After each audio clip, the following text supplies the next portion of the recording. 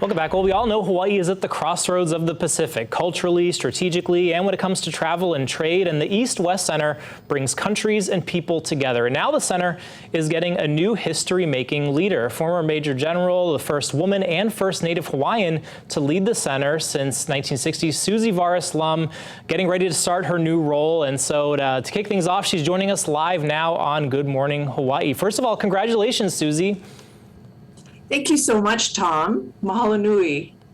Absolutely. So, your new job, exciting for you, making history, but also just, for those of us, who grew up in Hawaii with the East-West Center, a lot of people may not know what it is. They know it's kind of on UH campus, but first, can you kind of summarize what does it do and kind of what's your vision?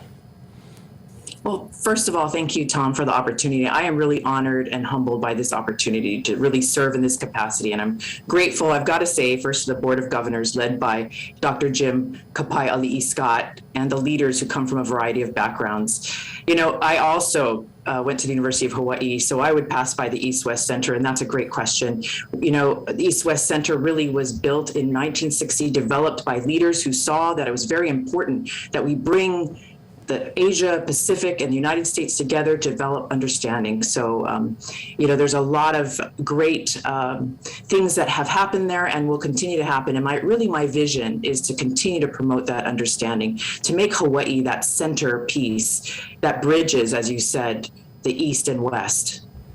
And, geographically, we've always been that bridge between the East and the West. But, you being the first Native Hawaiian in the role as well, how do we, from a cultural standpoint, how do you kind of bring Hawaii to the forefront in that sense? You're absolutely right, Tom. Geographically, Hawaii is a crossroads, so it makes sense when you look at this vast Pacific region. The Pacific, you can fit all the continents in the Pacific. There are more atolls and islands in this Pacific, and yet Hawaii sits right at the middle.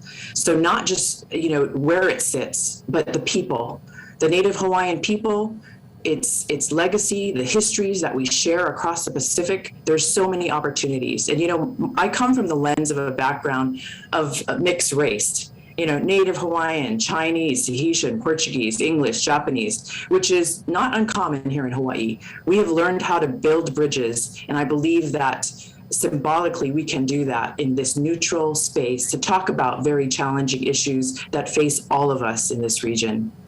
And so what are you looking forward to in the next year? I know, especially with Asia kind of on lockdown with the pandemic, we haven't been able to have those in-person meetings. As things start to open up again and we get that trade moving again, we get that travel with Asia back again, what are you kind of looking forward to in the new role and heading into the next year?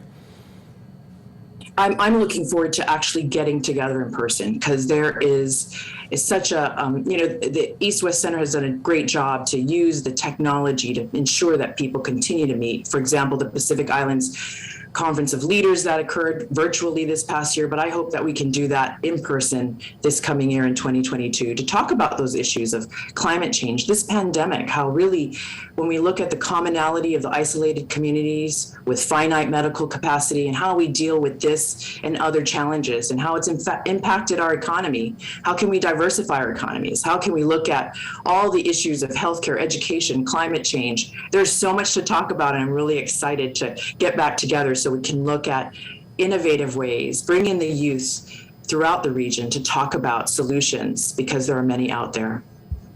And Suzy, we're out of time, but we appreciate you joining us, and we're excited to see what you're going to accomplish there, and we'll definitely have to come say hello to you in your new job at the East-West Center.